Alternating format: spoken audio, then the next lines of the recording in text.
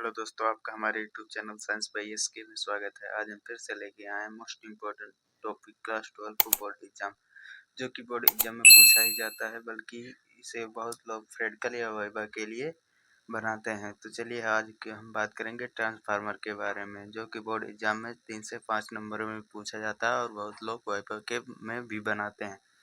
तो ट्रांसफार्मर क्या होता है? ट्रांसफार्मर विद्युत का एक ऐसा साधन होता है जिसके द्वारा प्रत्यावर्ती वोल्टता को कम या ज्यादा किया जाता है।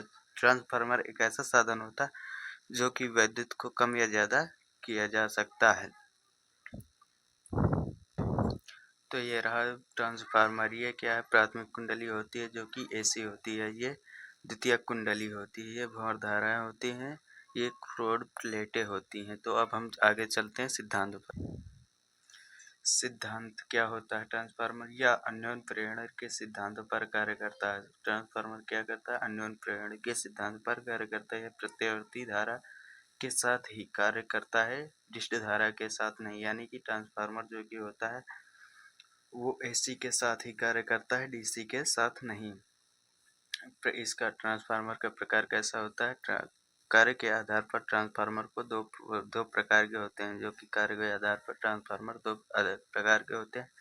एक तो होता है ऊंचाई ट्रांसफार्मर। ऊंचाई ट्रांसफार्मर क्या करता है? यह निम्न प्रत्यावर्ती वोल्टता को उच्च प्रत्यावर्ती वोल्टता में बदलता है। यानी कि जो कम वोल्टता होती है विद्युत में, उसे वह हाई वोल्टता में परिवर्तित करता है। तो इसे ऊंचाई ट्रांसफार्मर कहते हैं। अब दूसरा क्या है? अपचाई ट्रांसफार्मर। यह क्या करता है? उच्च प्रत्यावर्ती वोल्टता को निम्न प्रत्यावर्ती वोल्टता में बदलता है। इसमें क्या होता है? जब की विद्युत धारा हाई होती है तो उसे लो किया जाता है अपचाई ट्रांसफार्मर के द्वारा, जो कि आप ऊंचाई और अपचाई से समझ पा रहे होंगी। बनावट इसकी कैसी होती है? इसमें नर्म लोहे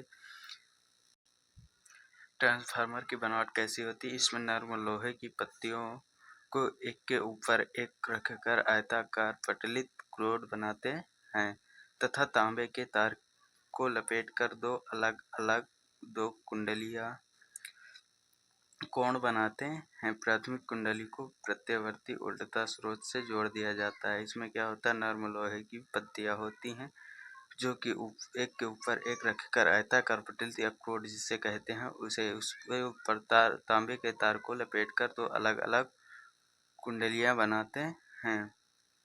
प्राथमिक कुंडली को प्रत्यावर्ती वोल्टता स्रोत से जोड़ दिया जाता है। अब हम इससे बनने वाले 10 मोस्ट इम्पोर्टेंट क्वेश्चन देखेंगे, जो कि बहुत ही वाइवा के लिए इम्पोर्टेंट है, यानी या कहें प्रैक्टिकल के लिए ये क्वेश्चन इम्पोर्टेंट है। तो चलिए हम अपने 10 क्वेश्चन को भी देख लेते हैं, जो कि ट्रांसफार्मर से बहुत ही इम्पोर्टेंट हैं और पूछे जाते हैं। तो पहला क्या है प्रश्न? ट्रांसफार्मर क्या है? ट्रांसफार्मर एक ऐसा साधन है। ट्रांसफार्मर क्या है? तो ट्रांसफार्मर एक ऐसा साधन है जो कि वोल्टता को परिवर्तित करता है। ट्रांसफार्मर के द्वारा क्या होता है? वोल्टता को परिवर्तित किया जाता है। आप पहले देख चुके। ट्रांसफार्मर किस सिद्धांत पर कार्य करता है? तो ट्रांसफार्मर अन्योन्य प्रेरण के सिद्धांत पर कार्य करता है। ये सारे क्वेश्चन प्रैक्टिकल में पूछे जाते हैं। अब अगला क्वेश्चन है तीसरा, ट्रांसफार्मर कितने प्रकार के होते हैं? तो ट्रांसफार्मर आपने पहले ही देख चुका है। ट्रांसफार्मर ऊंचाई ट्रांसफार्मर, अपचाई ट्रांसफार्मर, यानी कि ट्रांसफार्मर दो प्रकार के होते हैं। तो अब चलते हैं अपने चौथे क्वेश्चन की ओर। तो हम आ चुके हैं अपने चौथे क्वेश्चन पर। ट्रांसफार्मर की क्रोड किस धातु की बनी होती है? ट्रांसफार्मर की क्रोड होती है वो नर्म लोहे की बनी होती है। आपने ये भी पहले पढ़ चुका है। तो ये भी क्वेश्चन वाइवा प्रैक्टिकल के लिए बहुत ही इम्पोर्टेंट है। ट्रांसफार्मर किस धारा पर काम करता है? ट्रांसफार्मर एसी प्रत्यावर्ती धारा पर काम करता है, जो कि आप पहले देख चुके हैं। डीसी धारा यानी कि डीसी पर नहीं काम करता है। अगला क्वेश्चन है, ट्रांसफार्मर की दक्षता कितनी होती है? जो कि ट्रांसफार्मर में क्षमता होती है वो 70 से 95% तक दक्षता होती है। अब हम सातवां क्वेश्चन देखेंगे। ट्रांसफार्मर में क्रोड को पटलित क्यों रखा जाता है? जो कि ट्रांसफार्मर में क्रोड होती है उन्हें पटलित क्यों रखा जाता है? तो भंवर धारा को कम करने के लिए ट्रांसफार्मर में जो कि क्रोड होती है उन्हें पटलित रखा जाता है, जिससे भंवर धारा उत्पन्न नहीं होती है। यदि भंवर धारा उत्पन्न होती है तो बहुत सारी हानियाँ होती हैं। अभी आगे हम देखेंगे।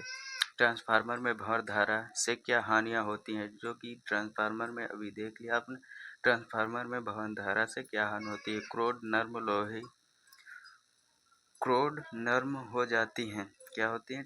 भवन धारा से क्रोड नर्म हो जाती हैं, जिससे अधिक ऊष्मा हानि होती है, अधिक बिजली यानी कि विद्युत की हानि होती है। अब हम अगला नवा क्वेश्चन देखेंगे। ट्रांसफार्मर में कौन सा तेल डाला जाता है? जो कि बहुत ही इम्पोर्टेंट है और सभी वाइवा या प्रैक्टिकल में सभी जानवर पूछ ही लेते हैं। तो नैप्थेनिक तेल डाला जाता है, जो कि खनिज होता है। अब हम अगला देखेंगे 10 को, जो कि ट्रांसफार्मर में तेल क्यों डाला जाता है? कौन सा तेल पड़ता है? नैप्थेनिक तेल। और ट्रांसफार्मर में तेल क्यों डाला जाता है? शीतल प्रदान करने के लिए ट्रांसफार्मर में तेल का उपयोग किया जाता है, जो कि सभी मशीनों या इंजनों में सभी में शीतलन प्रदान करने के लिए ही तेल डाला जाता है। तो ट्रांसफार्मर का उपयोग डीसी में क्यों नहीं किया जाता? जो आप देख सकते, पहले ही देख चुके, डीसी धारा में ट्रांसफार्मर का उपयोग नहीं किया जाता। ट्रांसफार्मर का उपयोग डीसी में नहीं किया जा सकता है, क्योंकि डीसी में आवृत्ति शून्य होती है। डीसी में क्या होती है? आवृत्ति शून्य होती है। तो हम आशा करते हैं आपको यह ट्रांसफार्मर टॉपिक अच्छे से समझ में आ गया होगा। यदि वीडियो पसंद आए तो प्लीज़ वीडियो को लाइक एवं चैनल को सब्सक्राइब कर दें। हम फिर मिलते हैं अगली वीडियो मोस्ट इंपॉर्टेंट क्वेश्चन को लेकर। Thank you watching for video.